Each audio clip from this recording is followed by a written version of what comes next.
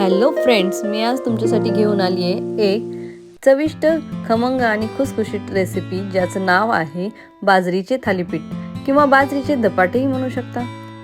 आता ज्याला बाजरी किंवा बाजरीची भाकरी आवडत नाही त्याच्यासाठी एक हा उत्तम ऑप्शन आहे आणि एवढी खमंग होते की ज्यांना बाजरी आवडत नाही तेही मागून मागून खातील। हिवाळ्यामध्ये बाजरी हे एक उत्तम हेल्दी आहे।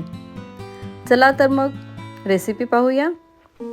मी घेतलाय बारीक कट करून हा पालक, त्याच्यामध्ये बारीक कट करून कांदा ॲड करते, नंतर लसूण, आलं आणि हिरवी मिरची ॲड केली आहे। त्यामध्येच चवीनुसार मीठ, थोडंसं तिखट, हळद आणि धने जिऱ्याची पूड ॲड केली आहे।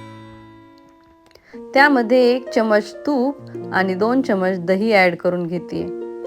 आता हे सर्व मिश्रण एकत्र करून छान मिक्स करायचे आणि काही वेळासाठी ठेवायचे।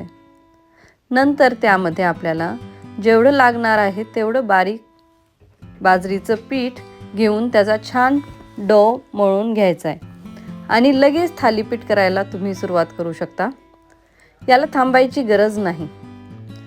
आता थोडे तीळ घेऊन पोळीपाटावर छान थालीपीठ थापून घ्यायचं आहे आणि त्यावर टाकून त्याला एकदम मीडियम फ्लेमवर दोन्ही बाजूने थोडं थोडं तूप टाकून छान खरपूस भाजून घ्यायचं आहे। असे हे खरपूस भाजलेले थालीपीठ पाहून कोणाला खायची इच्छा नाही होणार। जर आवडलं असेल तर चॅनलला नक्की सबस्क्राईब करा। भेटूया लवकरच।